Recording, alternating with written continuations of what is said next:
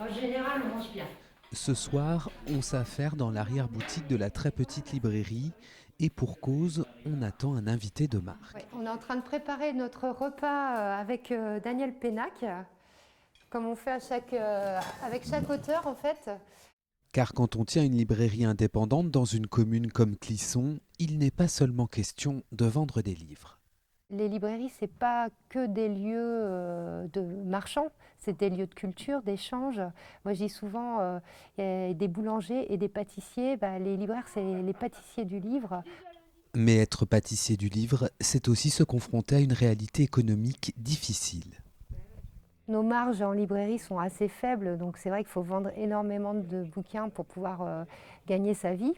Donc surtout quand on est des petites librairies, on a des marges très faibles par les fournisseurs. Les marges des supermarchés qui achètent les plus grosses quantités sont beaucoup plus importantes.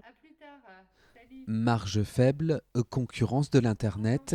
Pour se sortir des difficultés, la très petite librairie a utilisé le financement participatif sur Internet et les lecteurs ont répondu à l'appel puisqu'en un mois, elle a pu récolter plus de 20 000 euros. Donc je pense que les gens aiment bien la librairie, ils se sont investis. C'est vrai qu'il y a des gens super autour de la librairie, une super asso et chacun a fait fonctionner ses réseaux et voilà, c'est ça qui fait que ça a marché au final. Et dans cette super asso, on trouve une cinquantaine de lecteurs. Ils viennent de Clisson, de Gétigné ou encore de Mousillon. En 2009, ils ont créé la très petite asso pour soutenir leur librairie. C'est important, puis ça permet aussi finalement de se créer aussi un réseau amical, un réseau quand on arrive à la campagne.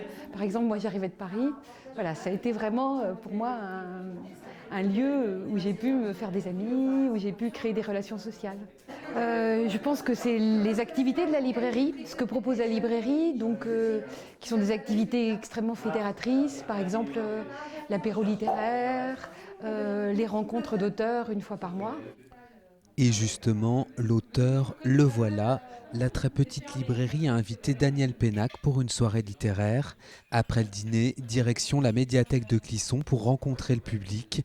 Et pour le papa de la saga Malocène, l'importance des librairies indépendantes est considérable. C'est la vie même parce on est en contact immédiat avec et les libraires et les lecteurs et c'est incroyablement vivant. Ça me sort de mon semi-autisme de romancier. Puis en général, ils ne sont pas libraires par hasard, ils ne sont pas libraires faute de mieux, ils ne sont pas devenus libraires. À chaque fois, ils incarnent le livre. Salle comble pour l'auteur et satisfaction pour la libraire. Ça donne vraiment envie de continuer. Quand on voit qu'il y a 135 personnes qui sont là ce soir, il y a 2 classes de lycée qui ont rencontré l'écrivain cet après-midi, c'est enthousiasmant. Et si tout va bien, la très petite librairie pourrait fêter ses 10 ans en 2015.